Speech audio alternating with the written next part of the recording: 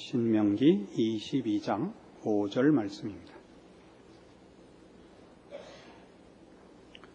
여자는 남자의 의복을 입지 말 것이요 남자는 여자의 의복을 입지 말 것이라. 이같이 하는 자는 내 하나님 여호와께 가증한 자니라. 이 말씀은 1차적으로 성도착증 같은 성적인 문란에 대한 경고입니다.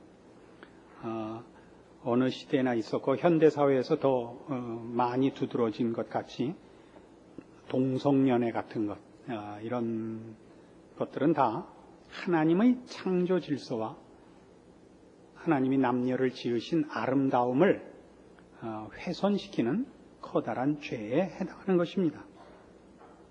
그러나 이 문제는 이런 성적인 문제에만 국한되는 경고가 아니고 우리의 필요 때문에 또는 우리의 죄악된 욕심 때문에 우리 하나님이 우리 각자에게 맡겨준 어떤 신분 또는 책임 이런 것들을 깨지 말라는 뜻이 있습니다. 대표적인 예로 군대 갈 때쯤 되면 군대 가기 싫으면 내가 여자였으면 좋겠다 이런 생각을 하는 시기고 애 낳을 때쯤 돼서 힘들면 내가 남자였으면 좋겠다 하는 식의 생각을 말하는 것입니다. 남자는 남자가 됨으로써 갖는 어떤 유익이 있을 수 있고 동시에 그 짐이 있을 수 있는 것이고 여자는 여자이기 때문에 갖는 어떤 그 이익이 있고 또 여자이기 때문에 갖는 한이 있을 수 있습니다. 그거를 왜 하나님께서 나를 여자로 만드셨는고 라든가 하나님께서 왜 나를 남자로 만드셨는고 라고 하는 식으로 그 본인이 져야 되는 책임들 하나님께서 정한 그 본분을 말하자면 하나님께 불평하거나 책임을 전가시키는 식으로 불평하지 말라 이겁니다. 남자들의 책임은 뭐죠? 남자들의 책임은 집으로 비유를 하면 지붕과 벽을 세우는 책임을 지고 여자들의 책임은 그 안에 벽지를 바르고 가구를 놓는 식의 책임이 나뉘어져 있습니다. 지붕이 없으면 집안을 아무리 잘 정돈하고 있어도 비바람이 들어와서 아무것도 아니고 또 아무리 지붕이 있고 벽이 있어도 그 안에를 아늑하게 꾸려놓지 않으면 그럼 폐허요, 귀신 나오는 집같이 될 것입니다. 근데 그것을 서로 그렇게 책임을 다하면 얼마나 좋겠습니다만 살아보면 그게 그렇게 마음같이 잘 안 돼서 자기 책임은 그 상대방에게 떠넘기고 상대방 보고 두 가지 책임을 다하라 그러는 왼수를 만날 수 있습니다. 그러면 할 수 없는 겁니다. 짐을 더 져야죠. 이런 식의 이제 문제인 겁니다. 이게 우리가 지는 짐이 말하자면 공평하지 않다. 나한테 너무 억울하다 하는 생각을 갖지 말라 이겁니다. 남자기 때문에 져야 되는 짐, 여자기 때문에 져야 되는 짐, 이 정도가 아니고 예를 들면 흑인이었기 때문에 져야 되는 짐을 생각해 보십시오. 아직까지는 제가 판단하기에는 지금도 그렇습니다만 아직도 잔재가 남아있지만 지금부터 적어도 100여 년 전에 아니 그 좀 더 전에 미국에서 살았던 흑인들 같이 고달픈 인생도 없었을 것입니다. 특히 남부에서 말이죠. 그때 미국 남부에서 그 흑인들이 어떤 대접을 받았는가 하는 것들이 영화화되기도 하고 소설로도 나오고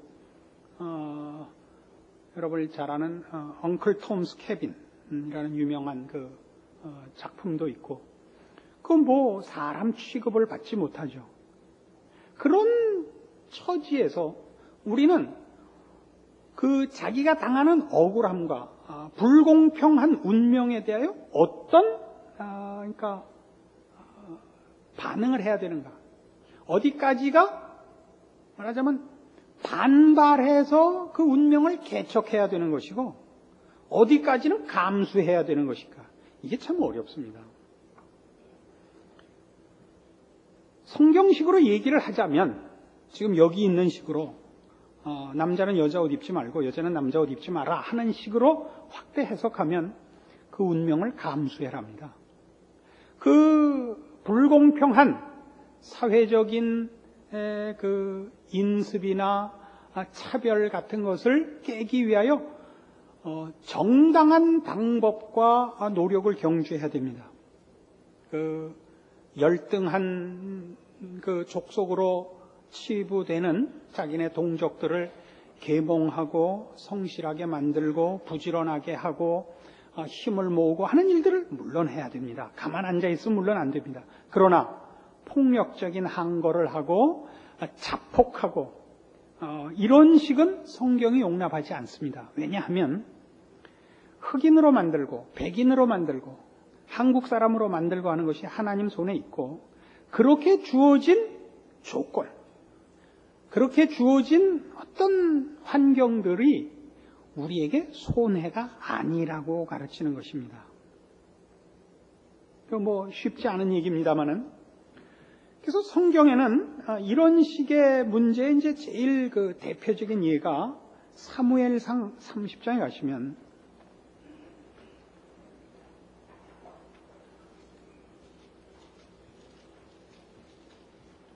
사무엘상 30장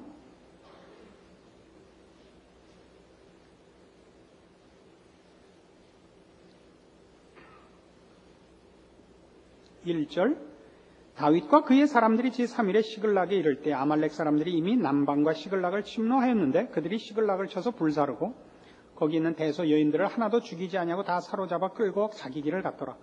다윗과 그의 사람들이 성에 이르러 본즉 성이 불탔고 자기들의 아내와 자녀들이 사로잡혔는지라.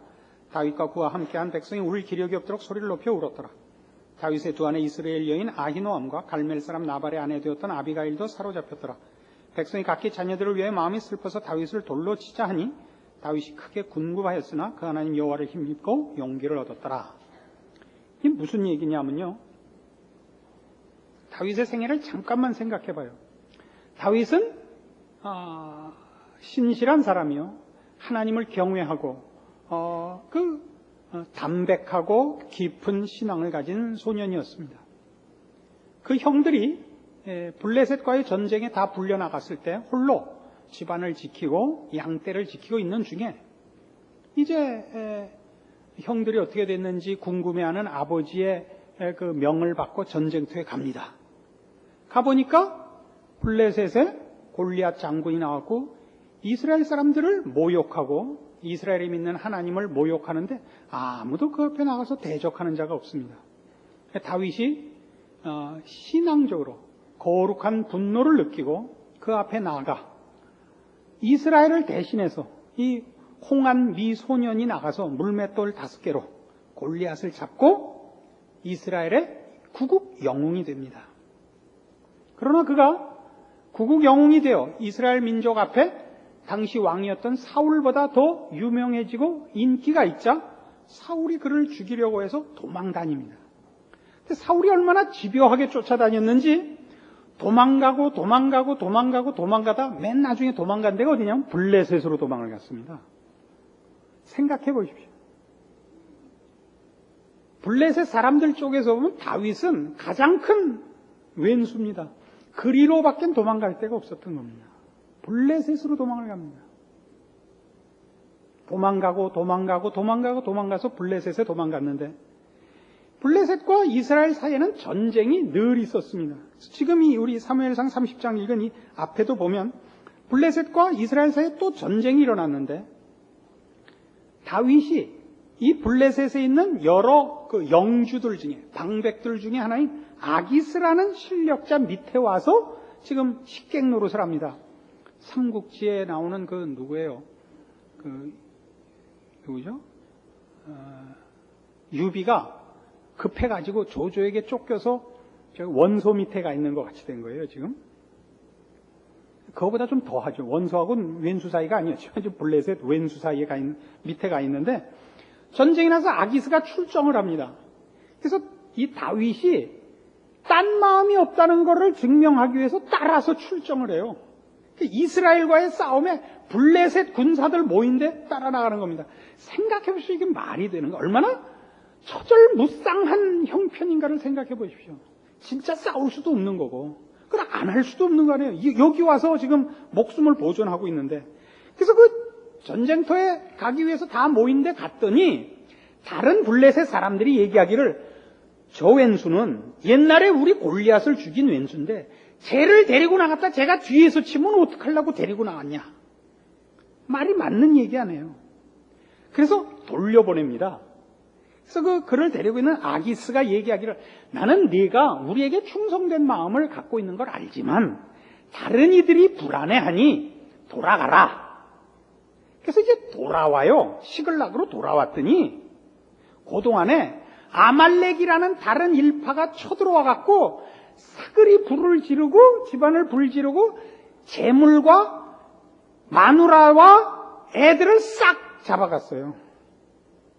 다윗과 그의 휘하의 모든 장수들의 식솔들과 재산을 다 가져갔는데 이거 하나만으로 넋이 빠진 게 아니라 지금 그가 당하고 있는 일이 기가 막히잖아요. 그죠? 여러분 이렇게 편안하게 앉아있으니까 하나도 안 기가 막혀 보이는데 다윗의 입장을 생각해 보라면 기가 막히는 이게 사울이 죽인 자는 천천히요 다윗이 죽인 자는 만만이라 그 소리를 듣던 나는 네가 모욕하는 만군의 여호와 이름으로 네게 가노라. 물맷돌 하나로 그 큰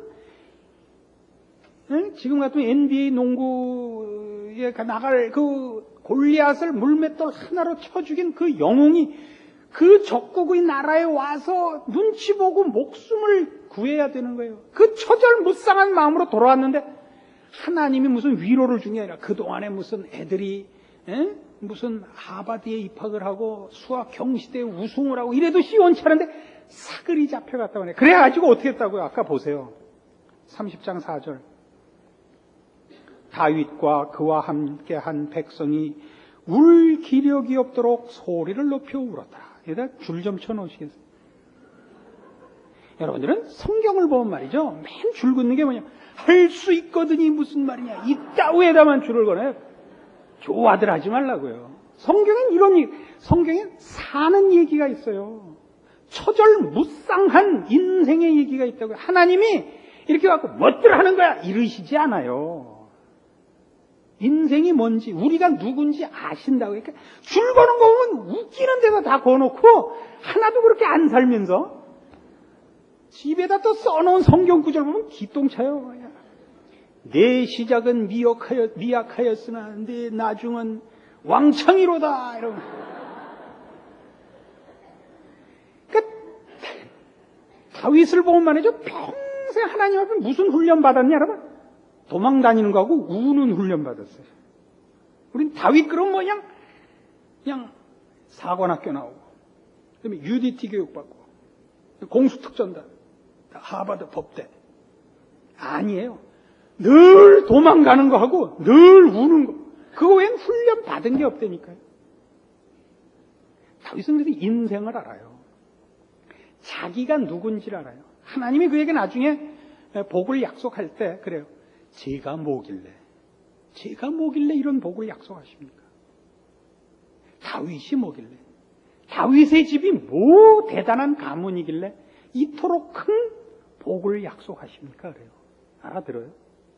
우리는 너무 쉽게 와서 감당 못할 기도들을 하는 거예요. 실제로 필요한 게 뭔지 몰라요. 뭐가 필요한데요? 울고 도망 다녀야 돼요. 그가 울고 도망 다닌 것은 말하자면 포기하지 않은 거예요. 하나님의 은혜와 하나님의 간섭과 하나님의 보상과 결국을 포기하지 않는 거예요. 우는 것도 포기하지 않는 거예요. 사람은 포기하면 안 울어요. 포기하면 웃어요. 미친놈 우는 거 봤어요? 미친놈들은 다 웃어요. 비극이 없어요. 포기를 하면 울 필요가 없어요. 가슴이 안 아파요. 신앙 좋은 사람은 울어요. 희죽희죽 웃고 다니는 사람들은 신앙이 좋은 게 아니라 동거예요. 그게. 뭐 마음이 평안하다고요? 개수작들 떨지 말라. 산다는 건 그렇게 간단한 문제가 아니에요. 목사님, 뭐 그렇게 속 깊은 슬픔이 있어서 저런하십시오. 하나님이 목사시키려면요, 별 고생을 다 하게 해요. 여러분들 고생하는 것보다는 아무래도 더 하죠. 박동준 하나 사람 만들어 보냈더니 또 박씨가 하나 들어와서 속을 썩여. 내 누구라고 이름을 안 밝히겠어. 그래서요, 이게 얼마나 급한 일이었냐. 그러니까 얼마나 절박했느냐 하면, 마음이 상하고, 처절했으면, 여기까지 쫓아온 다윗의 군사들이, 그를 추종하는 자들이 6절, 백성이 각기 자녀들을 위하여 마음이 슬퍼서 다윗을 돌로 치자 그랬다고요. 여기까지 쫓아온 추종자들이, 예? 블레셋에까지 쫓아왔던 자들이 다윗을 죽이자고 그랬다는 거예요. 거기까지 밀려가요, 다윗이. 그런데 여기 아무런 무슨 다른 하나님의 무슨 간섭과 보상이 없어요. 물론 이제 찾아는 옵니다만은 뺏겼다가 찾아오는 거예요. 그거야 본전도 못 되는 거 아니에요. 하나님께서 무슨 다윗에게 무슨 징조나 무슨 서광을 보여주거나 뭐가 없어요. 그래서 얘기입니다. 어떤 일들은 말이죠, 감수해야 돼요. 울고 감수를 해야 돼요. 흑인으로 태어나서 괄세 받으면요, 울고 한을 품고 감수할 수밖에 없는 거예요. 그러나 그것이 하나님의 사람으로 완성되는 영적인 문제에서는 손해가 아니라는 거죠. 세상적으로는 너무나 억울하죠. 우리 지금 많은 억울함이 있어요. 우리 지금 이 IMF 이 시대를 맞아가지고, 누구나 지금 억울한 게 뭐냐면, 국민이 잘못해서 이렇게 되지 않았다는 사실이죠. 백성들이 잘못한 게 아니라, 돌대가리 몇 명이 잘못해갖고 이렇게 됐다는 거죠. 억울하죠. 억울해요. 그러나, 감수해야 된다고요. 왜 한국이 이렇게 됐느냐? 이게 우리한테 필요하기 때문에. 왜 그를 하나님이 흑인으로 태어나게 해서 그의 전생애를 울고 한을 품고 살겠냐? 그게 그에게 손해볼 게 없기 때문에. 그게 성경의 얘기입니다. 그래서 이런 생애를 보낸 다윗의 시 중에 가장 음미할 만한 시가 34편이에요. 시편 34편.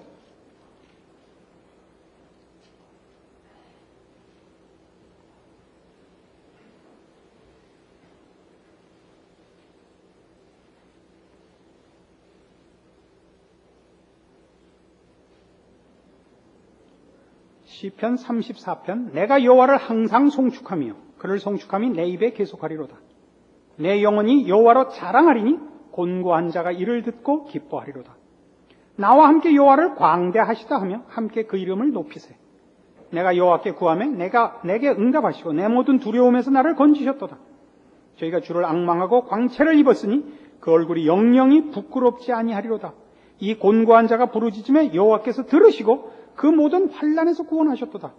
여호와의 사자가 주를 경외하는 자를 둘러 진치고 저를 건지시는도다. 너희는 여호와의 선하심을 맛보아할지어다. 그에게 피하는 자는 복이 있도다. 이게 왜 재밌는 시냐면, 그 서두에 그 제목 옆에 이렇게 써 있죠. 언제 지은 시냐? 다윗이 아비멜렉 앞에서 미친 채 하다가 쫓겨나서 지은 시라 이렇게 됐습니다. 나중에 이제 블레셋 사람들이 결국 저 다윗은 진심으로 자기 동족을 배반하고 우리 편을 들러온 사람이 아닌 것 같소이다. 저 사람을 죽여서 후한을 없앱시다. 이렇게 돼요. 그 이제 아까 우리가 본 사건 더 뒤죠. 그래서 이제 드디어 죽게 됐어요. 그래서 어떻게 하냐면 미친 채 하는 거예요. 미친 채에서 그 호구를 벗어난다고요. 이 수염에 침을 흘리며 누가 봐도 온전한 정신이 아닌 것 같다 라고 여기도록 사람이 못할 짓이죠. 그렇게 해서 그 호구를 벗어납니다. 그래 가지고 지은 시예요. 하나님이 무슨 엘리야를 부를 땐 병거를 보냈잖아요. 오늘날엔 봉고 보낸다는 거죠. 뭘 보내서 내려온 게 아니에요. 지가 있는 힘을 다해서 미친 신용을 해서 호구를 벗어난다고요. 그래 놓고도 뭐라 그런다고요? 내가 여호와를 항상 송축하며 그를 송축함이 내 입에 계속하리로다. 어찌 보면 이 순간까지 하나님이 다윗에게 뭐 해준 게 없어요. 그러나 이 일들을 통해서 다윗은 하나님의 사람으로 가장 중요한 영적인 훈련들을 받는다, 그런 얘기입니다. 성경의 얘기는. 그에게 형통함이 있고 재주가 있고 지위가 있고 권세가 있는 것으로 다윗이 하나님의 사람으로 훈련되는 것이 아니라 가장 처절한 자리에서 이랬던 사람이 누가 있죠? 요셉이 그랬잖아요. 요셉이 감옥에서 훈련을 받잖아요. 노예로 팔려가요. 누구한테 팔려요? 자기 형들이 팔아먹잖아요. 노예가 된 건 관두고, 종노릇하는 억울함은 관두고, 형들이 자기를 팔아먹었다 생각하면 세상에 무슨 살맛이 나겠어요. 형들이 자기를 팔아먹었는데. 그것은 또 성실하게 살아서 무고당하는 거예요. 억울한 누명을 쓰고 감옥에 들어가죠. 그가 왜 자기의 정직함을 호소하지 않았겠어요? 누가 들어요? 야, 감옥에 온 놈 중에 죄 지은 놈이 어디 있느냐? 다 그럴 거 아니에요. 다 억울하지. 그 속에서 그가 우리 성경이 얘기하는 대로 그 발이 착고에 상하고 그 몸이 쇠사슬에 매이지 않습니까? 히브리식으로 제대로 이해하자면 그 혼을 쇠사슬이 꿰지 않습니까? 적어도 그가 10년 이상의 종노릇과 감옥 생활을 하고 총리가 되는 겁니다. 그가 총리 자리에 앉았을 때 이미 실력 있는 수준이 됐다는 거 아니에요? 사람을 보는 눈과 나라를 다스리는 실력과 나라의 장로들을 지혜로 교훈하는 수준에 그가 가기 위하여 가장 밑바닥에서 훈련을 받는 것입니다. 인생이 무언가를 알아야 되고 인간이 무엇인가를 알아야 됩니다. 우리가 하나님의 사랑을 십자가로 아무리 얘기해도 십자가가 왜 필요했는지를 인간이 어떻게 무능하고 무력하고 죄인인가를 절망하지 않고는 우리는 십자가와 그 능력과 그 사랑을 이해하지 못합니다. 그래서 우리의 전생에 있어서 필요한 게 뭐냐? 억울함이 아니라 하나님이 우리를 제일 잘 아셔서 제일 좋은 길로 인도하시며 그가 우리의 영혼을 빛내기 위하여 이런 길을 허락하셨다는 항복이 나를 괴롭히는 원수들이나 나를 붙잡는 세상에 대해서가 아니라, 그래서 원한으로가 아니라 나 자신에 대하여 절망하고 심령이 가난해지고 하나님 밖에는 나를 고치고 내게 복을 주고 내게 의와 진리와 생명을 쌓을 수 없습니다를 아는 하나님을 붙잡는 진실된 간절함으로 나게 하지 않는다면 우리에게 신앙은 존재하지 않는 것입니다. 그래서 우리가 당하는 어떤 우리의 인생살이에서의 그래서 지는 짐도 억울할 것도 한이 될 것도 없다, 그 얘기입니다. 내가 남자면 남자로 살고 내가 여자면 여자로 살란 말이에요. 내가 흑인이면 흑인으로 살고 내가 한국 사람이면 한국 사람으로 살아라. 내가 이만저만한 어려움을 겪고 억울한 일이 있느냐? 감수해라. 짐을 진다는 게 뭔지 아세요? 언제까지 짐은 없어지는 이런 것이 짐이 아니다. 짐은 내가 죽어야 끝나는 것입니다. 이 건물을 지탱하는 저 기둥은 며칠 동안 기둥 노릇하고 있으면 되는 거예요. 이 건물이 존속하는 한 기둥은 지붕 이고 있어야 되는 겁니다. 우리 각자의 짐은 그런 것입니다. 그 짐을 벗어버려야겠다는 욕심을 가지니까 억울하죠. 주변에 있는 모두에게 왜 나에게 더 많은 짐을 지웠느냐고 하소연을 하고 싸우자 그러게 됩니다. 그렇지 않습니다. 여러분 하나가 짐을 짐으로써 건물이 서고 나라가 서고 한 사회가 건강하게 서는 것입니다. 여러분이 하나 제대로 자기 역할을 함으로써 주변의 많은 사람들에게 유익과 신령한 결실을 맺게 되는 것입니다. 그래서 우리의 삶은 어떤 때는 이런 것 같아요. 길에 서 있는 가로등 같고 교통 표지판 같아요. 제가 제일 감동하는 것들이에요. 그냥 거기 멀대같이 서 있는 거예요. 누가 보든 말든. 그렇잖아요? 교통 표지판 시속 80km 그렇게 서 있는 거예요. 비가 오나 눈이 오나 추우나 더우나 누가 보나 마나 어둡거나 맑거나 축구가 이기거나 지거나 거기 그렇게 멀대같이 서 있는 거예요. 필요한 자리에 말이죠.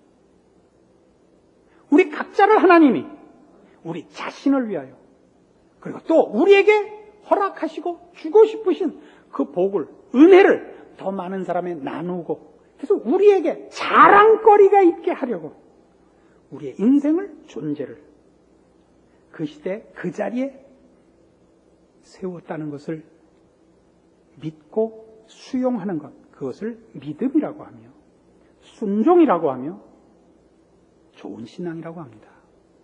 부디 여러분의 인생살이 속에서 물론 고달프고 힘들어서 비명을 지를 수밖에 없는 일이 있겠으나 하나님이 여러분을 인도하시며 보내시며 함께 하시며 축복하시는 일에 어딘들 하자가 있겠는가? 깊은 신앙의 눈으로 확인하시고 항복하시고 충성하시는 신자된 승리와 영광이 있는 인생이 되기를 바랍니다. 기도하십시다. 하나님 아버지 은혜를 감사합니다. 우리 하나님이 우리를 가장 사랑하시고 우리 편을 드시는 것을 기억합니다. 오늘 시편 34편에서 다윗은 너희는 하나님의 선하심을 맛보아 알라 그랬습니다. 하나님은 맛이 변하는 적이 없는 분입니다. 우리는 가끔 맛이 변해서 다윗같이 미친놈이 되곤 합니다. 하나님은 그러시는 적이 없습니다.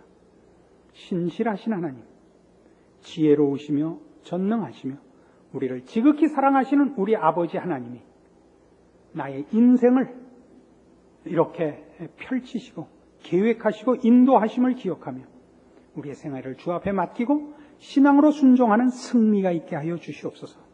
그래야 우리가 우리의 짐을 질 때 그곳에 생명의 샘이 솟아나고 주를 아는 복된 은혜가 결실되는 것을 우리의 눈으로 목도하며 우리의 생애에 체험하는 복을 허락하여 주시옵소서. 예수님의 이름으로 기도합니다. 아멘.